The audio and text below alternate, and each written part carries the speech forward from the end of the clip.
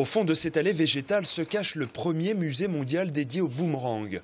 Un musée sans prétention que Stéphane Marguerite, fabricant et joueur international, vient d'ouvrir. Les répliques de bâtons de jet ici présentées ont des origines multiples, parfois bien loin des racines australiennes auxquelles on associe cet objet. Curieusement, le boomerang n'est pas juste australien. On en a retrouvé aussi en Égypte, dans la tombe de Toutankhamon, donc qui sont des objets un petit peu plus récents. Et ensuite, on en a retrouvé aussi en Indonésie, donc des petits boomerangs qui étaient faits, ça c'est une copie d'un boomerang qui était fait en bambou. Donc les Indonésiens, il y a à peu près 10 000 ans, jouaient aussi au boomerang. Australiens, Égyptiens, Indonésiens et même Français pour ce modèle retrouvé l'an dernier en Normandie et qui daterait de 120 ans avant Jésus-Christ. Mais le plus étonnant, c'est cette copie que doit recevoir Stéphane d'origine polonaise.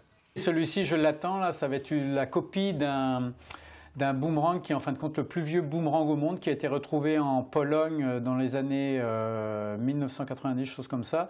Et c'est en fin de compte un boomerang qui a été fabriqué dans une défense de mammouth. Et ce serait donc, au dire des archéologues, le plus vieux bâton de jet au monde, puisqu'il est daté de 23 000 ans.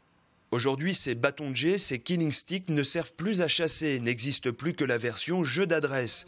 Une évolution que Stéphane se plaît à raconter aux touristes de passage.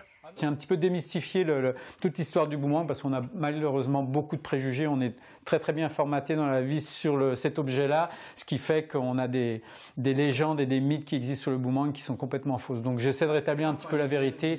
Beaucoup plus légers que leurs ancêtres, ces boomerangs ne pèsent en moyenne que 40 grammes.